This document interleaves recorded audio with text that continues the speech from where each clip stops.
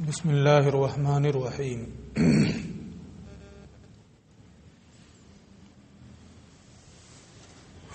وَإِذَا اخْتَلَطَ اللَّبَنُ بِالْمَاءِ وَاللَّبَنُ هُوَ الْغَالِبُ يَتَعَلَّقُ بِهِ التَّحْرِيمُ فَإِنْ غَلَبَ الْمَاءُ لَمْ يَتَعَلَّقْ بِهِ التَّحْرِيمُ۔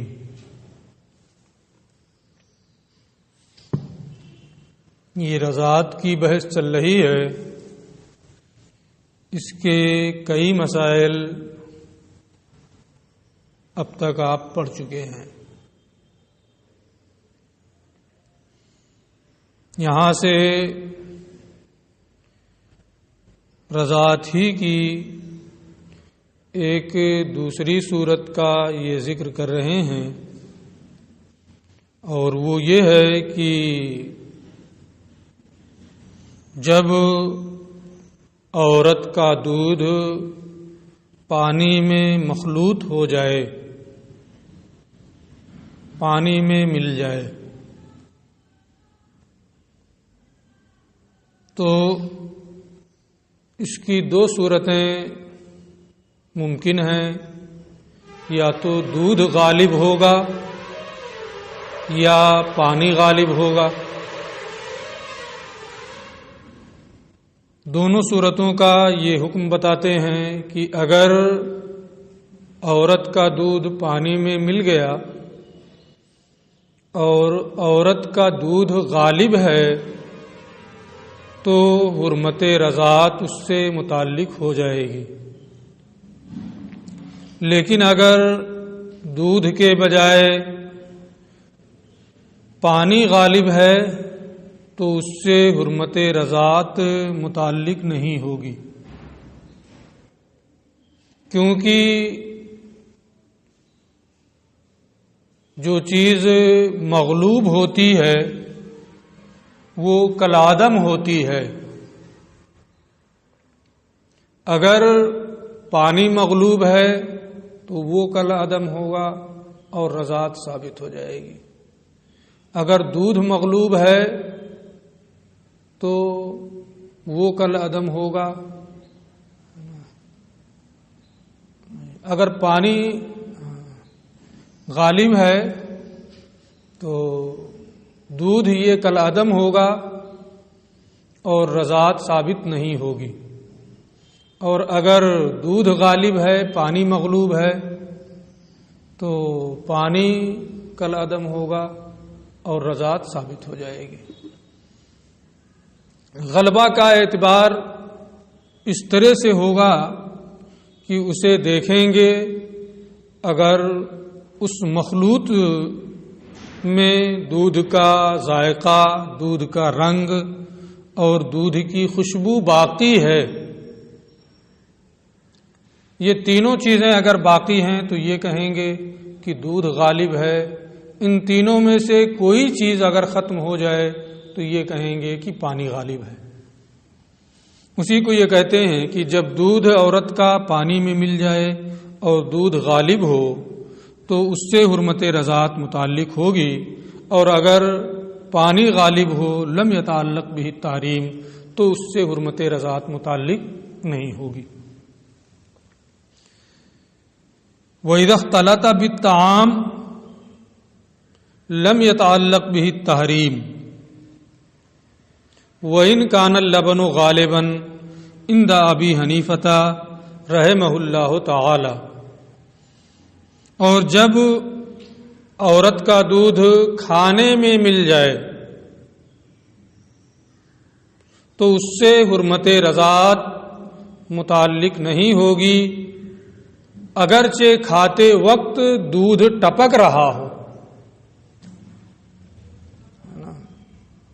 اگرچہ کھاتے وقت دودھ ٹپک رہا ہو پھر بھی اس سے حرمت رضاعت متعلق نہیں ہوگی۔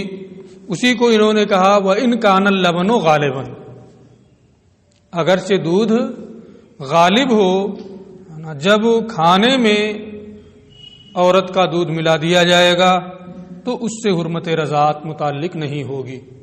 یہ امام اعظم ابو حنیفہ رحمۃ اللہ تعالی علیہ کا مذہب ہے۔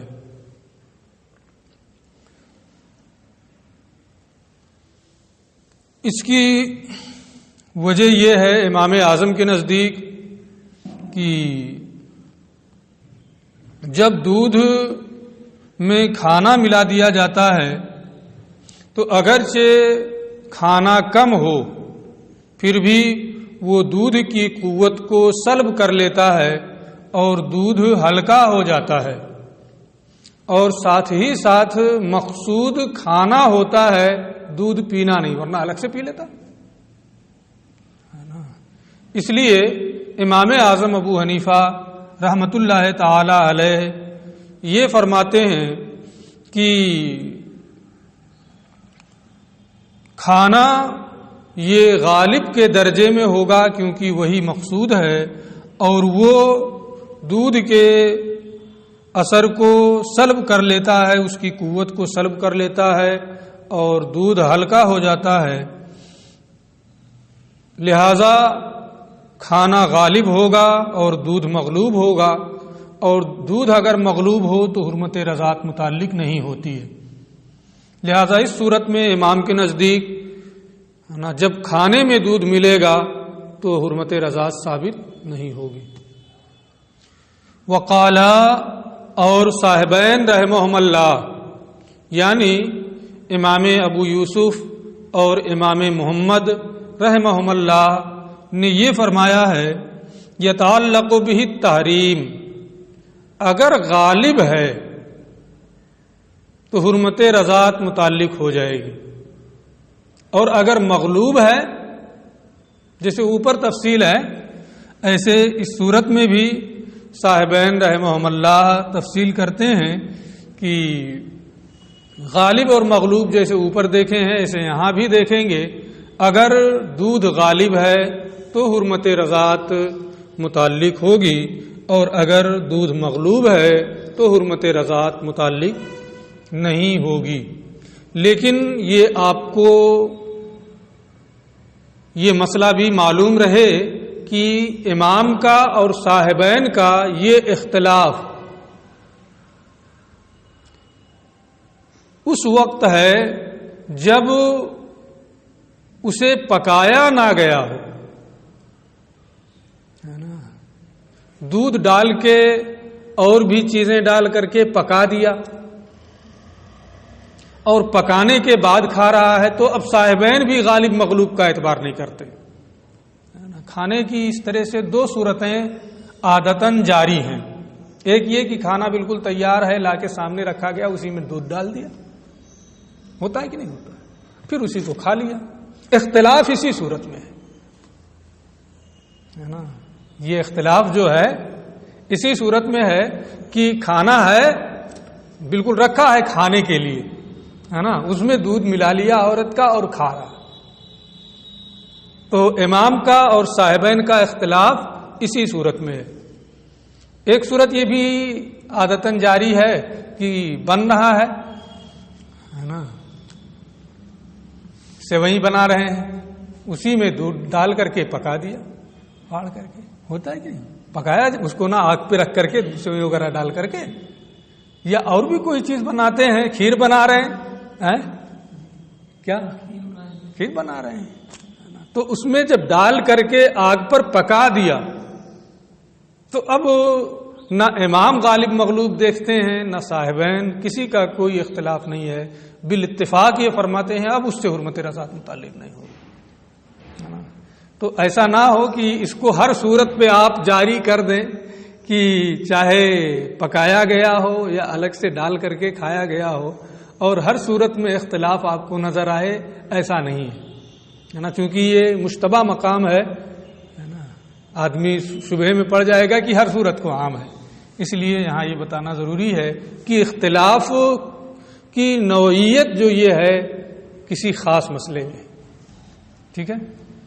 اور مفتابے اس سلسلے میں بھی امام ہی کا مذہب ہے جو الگ سے ملا کر کے کھایا گیا ہے، صاحبین کا مذہب مفتابے نہیں۔ ہو گئی بات۔ وَإِذَا اخْتَلَطَ بِالدَّوَاءِ وَاللَّبَنُ غَالِبٌ، تعلق به تحریم، کھانے میں ملایا ہے نا، تب تو دودھ اگر مغلوب ہے، دودھ اگر غالب ہے تو امام نے یہ فرمایا کہ رضاعت متعلق نہیں ہوگی، لیکن دوا میں ملایا، ہوتا ہے کہ کچھ دوائیں ہوتی ہیں اس میں ملا کر کے پینا رہتا ہے، تو اگر دوا میں ملا کر کے پیا اور دودھ غالب ہے تو کھانے والا حکم یہاں جاری نہیں ہوگا، اگر دودھ غالب ہے تو حرمت رضاعت متعلق ہو جائے گی۔ اب بھی یہاں بھی کہیں گے کہ یہاں بھی دودھ بھی تو مقصود نہیں، جیسے وہاں کھانا مقصود تھا، یہاں دوا مقصود ہے نا، تو ٹھیک ہے، یہ بات تو قرین قیاس ہے اور عقل میں بھی آتی ہے، لیکن بعض دوائیں ہوتی ہیں کہ وہ دوائیں دودھ ان کی تقویت کے لیے ہوتا ہے، دودھ ان کی تقویت کے لیے ہوتا ہے اور مقصود ہو کر کے باقی رہتا ہے نا، ڈاکٹر ہی وہیں سے مشورہ دیتا ہے نا کہ دودھ کے ساتھ کھانا ہے نا، کیا مطلب وہ اسی کا حصہ ہو رہا ہے، ہوتا ہے کہ نہیں ہوتا ہے؟ تو اب چونکہ دودھ یہ مقصود ہے اس میں، کیونکہ وہ دودھ دوا کی تقویت کے لیے ہوتا ہے تاکہ وہ کام ڈھنگ سے کرے، اور جب دودھ یہ مقصود ہو گیا، دوا کی تقویت کے لیے ہوا، تو اب غالب مغلوب دیکھا جائے گا، کون غالب ہے کون مغلوب ہے۔ اگر دودھ غالب ہے تو حرمت رضاعت متعلق ہو جائے گی۔ اچھا، ایک اور صورت یہ فرماتے ہیں کہ وَإِذَا حُلِبَ اللَّبَنُ مِنَ الْمَرْأَةِ بَعْدَ مَوْتِهَا، عورت کے مرنے کے بعد اس کا دودھ نکالا گیا، تو وہ عورت ہی کا دودھ رہے گا نا، پھر نکالنے کے بعد اسے بچے کے منہ میں ٹپکایا گیا، فَأُوجِرَ بِهِ الصَّبِيُّ، پھر بچے کے منہ میں اسے ٹپکایا گیا، تعلق بِهِ التحریم، تو اس سے حرمت رضاعت متعلق ہوگی، کیونکہ حقیقت میں وہ دودھ ہی ہے، لہذا نص جو ہے رضاعت کی، آیت جو ہے رضاعت کی، وہ اس کو شامل ہے اور اس سے حرمت متعلق ہو جائے گی۔ یہ ہمارا مذہب ہے۔ وَإِذَا اخْتَلَطَ اللَّبَنُ بِلَبَنِ شَاةٍ، اور جب عورت کا دودھ بکری کے دودھ میں مل جائے، اختلاط ہو جائے ان کا، وَهُوَ الْغَالِبُ، اور عورت کا دودھ غالب ہو، عام آدمی تو اس میں نہیں پتا کر پائے گا کہ کس کا دودھ غالب ہے، لیکن اب تو ایسے آلے بھی چل گئے ہیں کہ جن سے پتا ہو جائے کہ کون سا دودھ غالب ہے، لیکن ماہرین جو ہوتے ہیں بغیر آلے بتا دیں گے کون غالب ہے کون مغلوب ہے نا، تو اس میں بھی غالب مغلوب دیکھیں گے۔ وَهُوَ الْغَالِبُ، اور عورت کا دودھ غالب ہے، تعلق بِهِ التحریم، تو اس سے حرمت رضاعت متعلق ہوگی۔ فَإِنْ غَلَبَ لَبَنُ الشَّاةِ، اور اگر عورت کا دودھ غالب ہے تو اس سے حرمت رضاعت متعلق نہیں ہوگی، لم يتعلق به التحریم۔ وَإِذَا اخْتَلَطَ لَبْنُ امْرَأَتَيْنِ، اور جب دو عورتوں کا دودھ مخلوط ہو جائے تو اس میں بھی امام ابو یوسف رحمۃ اللہ تعالی علیہ کے نزدیک غالب مغلوب دیکھیں گے، کون زیادہ ہے، جس عورت کا دودھ زیادہ ہوگا اس سے حرمت رضاعت متعلق ہوگی، جس کا کم ہوگا اس سے حرمت رضاعت متعلق نہیں ہوگی۔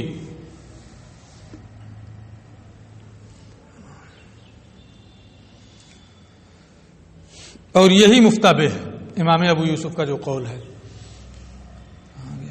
اور جب دو عورتوں کا دودھ مخلوط ہو جائے، یتعلق التحریم باکثرہما، تو ان میں سے جو دودھ زیادہ ہوگا اس سے حرمت رضاعت متعلق ہوگی۔ یہ امام ابو یوسف رحمۃ اللہ تعالی علیہ کا مذہب ہے، کیونکہ یہاں بھی حکم غالب اور مغلوب کا ہوگا، جو مغلوب ہوگا وہ قابل شمار اور قابل اعتداد نہیں ہے، اور غالب کا اعتبار ہوگا اور اس سے حرمت رضاعت متعلق ہوگی۔ امام محمد رحمت اللہ تعالی علیہ نے فرمایا تعلق بہمت تحریم، دونوں سے حرمت رضاعت متعلق ہوگی. کیوں؟ اس لیے کہ جنس اپنے جنس سے مل کر کے ہلاک نہیں ہوتی. کوئی بھی چیز اپنی ہی چیز میں مل کر کے ہلاک نہیں ہوتی. یہ ایک جیسی چیزیں ہیں، ہے نا. عورت کا دودھ عورت کے دودھ سے مل رہا ہے، اس لیے یہ مستحلق نہیں ہوگا، ہلاک نہیں ہوگا. اور جب ہلاک نہیں ہوگا تو دونوں سے حرمت رضاعت متعلق ہوگی. کس کا کم کس کا زیادہ، اس سے کوئی بحث نہیں. مفتاب امام ابو یوسف رحمۃ اللہ تعالی علیہ کا قول ہے. وَإِذَا نَزَلَ لِلْبِكْرِ لَبَنٌ، اور جب کنواری کو دودھ اتر جائے، اس کا تو کوئی شوہر نہیں ہے نا، لیکن اگر دودھ اسے اتر جائے تو فَأَرْضَعَتْ صَبِيًّا، اور وہ کسی بچے کو دودھ پلا دے، يَتَعَلَّقُ بِهِ التَّحْرِيمُ، تو اس سے حرمت رضاعت متعلق ہوگی، کیونکہ رضاعت سے متعلق جو آیت کریمہ ہے وہ مطلق ہے، اس میں شادی شدہ اور غیر شادی شدہ کی کوئی قید نہیں ہے. لہذا کنواری عورت اگر دودھ پلائے، اسے دودھ اتر آئے تو حرمت رضاعت متعلق ہوگی. اور اگر مرد کو دودھ اتر آئے، اوپر تھا لبن الفحل، ہے نا، وہاں اس کی انہوں نے تعویل کی، ہے نا، کہ اس کا مطلب یہ ہے کہ اس کے سبب اگر عورت کو دودھ اتر آئے، نیچے سیدھے مرد کا دودھ، ہے نا، دودھ کی صورت میں کچھ نکل ہی آئے مان لیتے ہیں، وہ پلا دے کسی بچے کو، کیا حکم ہوگا؟ وَإِذَا نَزَلَ لِلرَّجُلِ لَبَنٌ، اور جب مرد ہی کو دودھ اتر آئے اور وہ کسی بچے کو پلا دے تو وہ اس سے حرمت رضاعت متعلق نہیں ہوگی، کیونکہ وہ حقیقت میں دودھ نہیں ہے. دودھ اترنا یہ اس سے متصور ہے جو جس سے ولادت ہو سکے، جو اس قابل ہے کہ وہ بچہ جنے. مرد اس قابل نہیں کہ وہ بچہ جنے، اس لیے اس سے دودھ بھی متصور نہیں. تو اگرچہ بشکل دودھ کچھ اسے اترے تو وہ حقیقت میں دودھ نہیں ہوگا اور اس سے حرمت رضاعت متعلق نہیں ہوگی. وَإِذَا شَرِبَ صَبِيَّانِ مِن لَبَنِ شَاةٍ، اور جب دو بچے ایک بکری کا دودھ پی لیں، ایک گائے کا ایک بھینس کا دودھ پی لیں، فلا رضاع بینہما، تو ان دونوں کے درمیان کوئی رضاعت نہیں ہے. یہ نہیں کہا جائے گا کہ یہ دونوں رضائی بھائی ہو گئے، ہے نا، ورنہ تو سب رضائی بھائی ہو جائیں گے، ہے نا. بہت سے لوگ دودھ پیتے رہتے ہیں. وَإِذَا، اب یہاں یہ بات پوری ہو گئی، لیکن رضاعتی سے متعلق ایک بہت باریک مسئلے کا یہ ذکر کر رہے ہیں. وہ یہ ہے کہ ایک شخص نے نکاح کیا، دو نکاح، ایک عورت بالغہ ہے اور ایک 2 سال کی یا اس سے بھی کم ہے.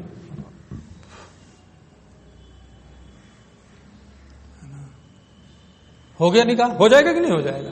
نابالغہ کے ولی نے کر دیا ہے، ہو جائے گا اس کا بھی نکاح، ہے نا، 2 سال سے کم ہی سے، لیکن نکاح ہو جائے گا. ایک بالغہ ہے، دونوں سے نکاح کر لیا، ہو گیا نکاح. نکاح ہونے کے بعد جو بالغہ تھی اس نے اس 2 سال والی کو دودھ پلا دیا. دونوں اس کی بیوی ہیں کہ نہیں ہے؟ جب دونوں سے نکاح کیا ہے تو دونوں بیوی ہوں گی کہ نہیں ہوں گی؟ دونوں اس کی بیوی ہیں. ایک بیوی جو بالغہ ہے اس نے صغیرہ جو چھوٹی بیوی ہے اسے دودھ پلا دیا. اب کیا ہوگا؟ وہ دونوں تو رضائی ماں بیٹی ہو گئی، ہے نا، اور اپنی بیوی کی ماں سے نکاح درست نہیں. اپنی بیوی کی ماں سے نکاح کر سکتا ہے؟ نہیں کر سکتا ہے. اور اپنی بیوی کی بیٹی سے نکاح، وہ بھی نہیں. اس لیے دونوں حرام ہو جائیں گے، ہے نا. پلانے والی بھی گئی اور پینے والی، دونوں ہاتھ سے چلی جائیں گی، ہے نا. اور پھر اس میں مہر کا بھی مسئلہ آئے گا، وہ مسئلہ یہ ذکر کریں گے. سمجھ گئے جو میں سمجھایا کہ اگر دودھ پلا دے تو کیا حکم ہوگا، ہے نا؟ آسانی سے سمجھ گئے نا. چلو ٹھیک، بہت باریک مسئلہ ہے، لیکن ہم نے سوچا تھا کہ کوشش کریں گے کہ بہت آسان ہو جائے. چلیں.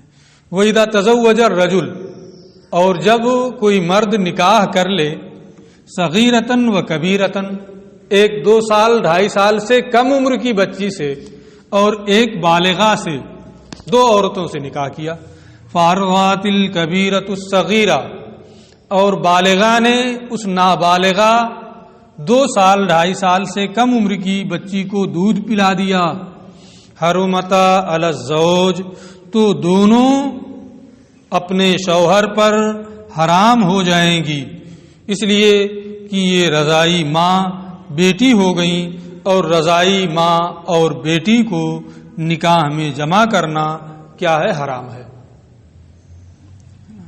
ماں بیٹی کو، نسبی ماں بیٹی کو نکاح میں جمع کرنا حرام، اسی طرح سے رضائی ماں اور بیٹی کو بھی نکاح میں جمع کرنا حرام ہے۔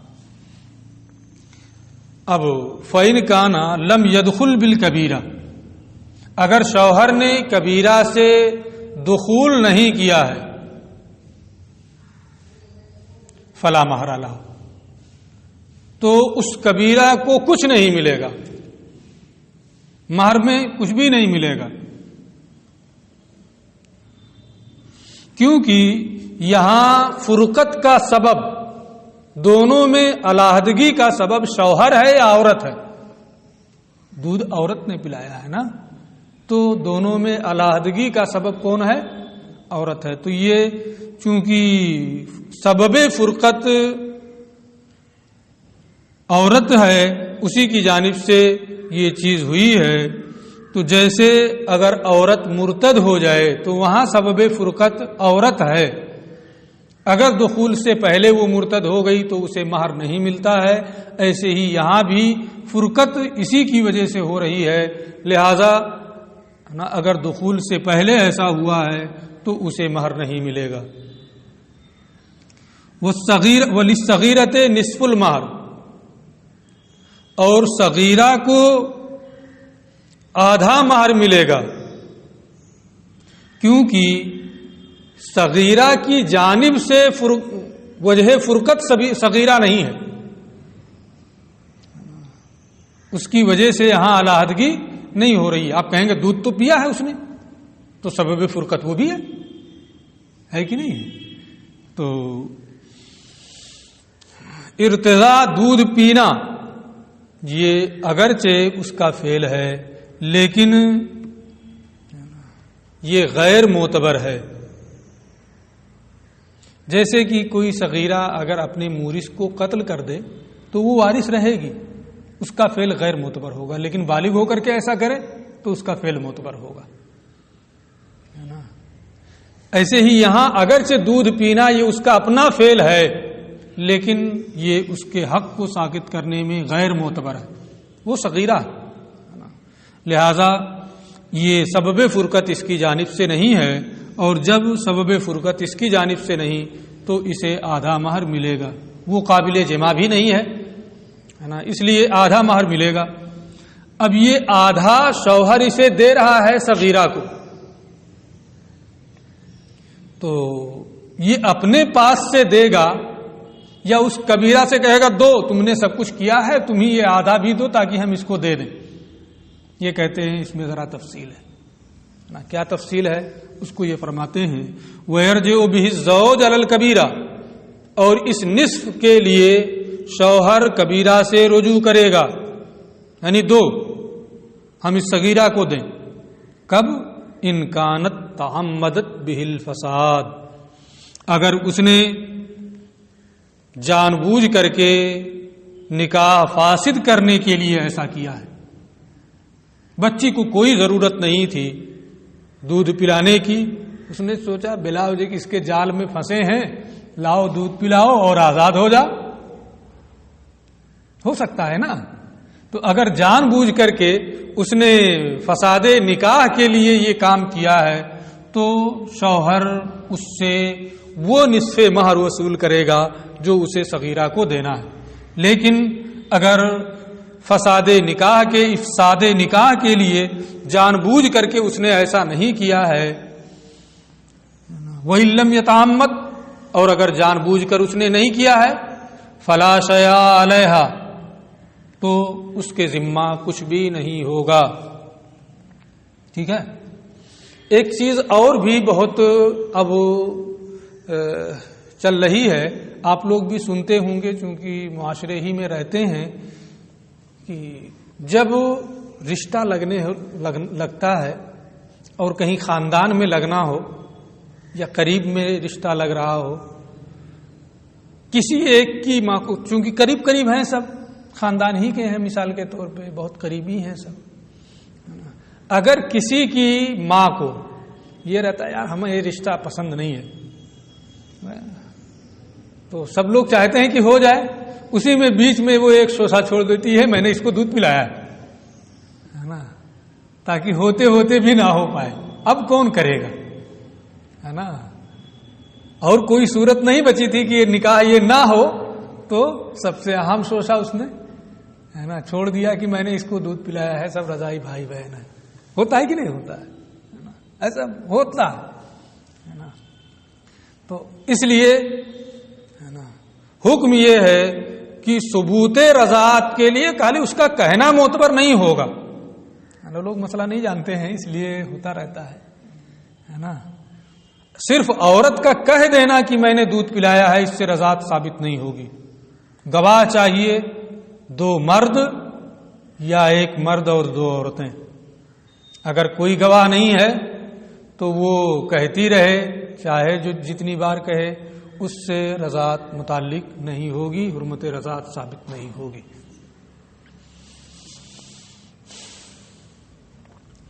ولا تقبل الرضاء پھر رضائے شہادت النساء، اور رضاعت میں صرف عورتوں کی گواہی معتبر نہیں ہے، صرف اس ایک عورت کا کہنا بھی معتبر نہیں ہے نا.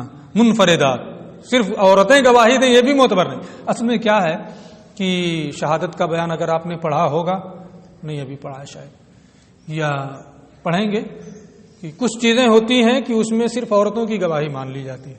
جیسے کہ اس پر شوہر آگاہ ہی نہیں ہو سکتا ہے، مرد کے دیکھنے کی کوئی صورت ہی نہیں ہے. ولادت، بچے کی پیدائش ہو رہی ہے، وہاں مرد جائے گا؟ نہیں جائے گا، ہے نا. تو جن چیزوں پر اطلاع شوہر مرد کے لیے ممکن نہ ہو شرعاً، وہاں صرف عورتوں کی گواہی مانی جاتی ہے. صرف عورتیں گواہی دے دیں تسلیم کر لیا جائے گا. لیکن جہاں مرد بھی دیکھ سکتا ہے، عورتیں بھی دیکھ سکتی ہیں، دودھ پلانا محارم دیکھتے رہتے ہیں کہ نہیں، ہاں وہ فلانی دودھ پلا رہی ہے نا. کوئی عورت دودھ پلاتی ہے تو جو محارم ہے نا، بلکہ کہتے بھی ارے دودھ پلا دو، چلا رہا ہے، کہتے ہیں کہ نہیں کہتے. تو چونکہ یہ ایسی چیز نہیں ہے کہ جس پر مرد آگاہ نہ ہو سکے، اس لیے یہاں صرف عورتوں کی گواہی نہیں مانی جائے گی، بلکہ مرد بھی چاہیے. 1 مرد یا 2 عورتیں، 1 مرد 2 عورتیں یا دونوں مرد، ہے نا. اگر یہ نہیں ہے تو وہ لاکھ چلائے، اس سے رضاعت ثابت نہیں ہوگی. وَإِنَّمَا يَثْبُتُ بِشَهَادَةِ رَجُلَيْنِ، رضاعت 2 مردوں کی گواہی سے یا 1 مرد اور 2 عورتوں کی گواہی سے ثابت ہوگی. یہ رضاعت کی بحث مکمل ہو گئی. اس کو محنت سے دیکھیں اور پھر طلاق کا بیان انشاءاللہ کل پڑھیں.